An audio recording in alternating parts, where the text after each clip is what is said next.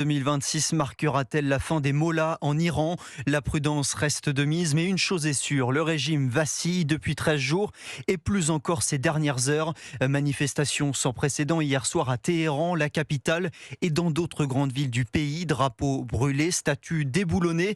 La répression, elle, se durcit, mais la rue ne recule pas. Avec toujours ce même objectif, Charles Bouchin, en finir avec la République islamique. C'est au cri de mort au dictateur que des milliers de manifestants sont descendus dans les rues hier soir, aux quatre coins de l'Iran, à Téhéran, à Ispahan et même à Machhad, le fief politique de Khamenei. Sur les réseaux sociaux, de rares vidéos témoignent de l'ampleur du mouvement. On y voit également des bâtiments officiels en feu. Internet est coupé sur l'ensemble du territoire iranien. Ces manifestations sont sévèrement réprimées par les gardiens de la révolution, le bras armé de la République islamique, explique Shirin Ardakani, avocate franco-iranienne.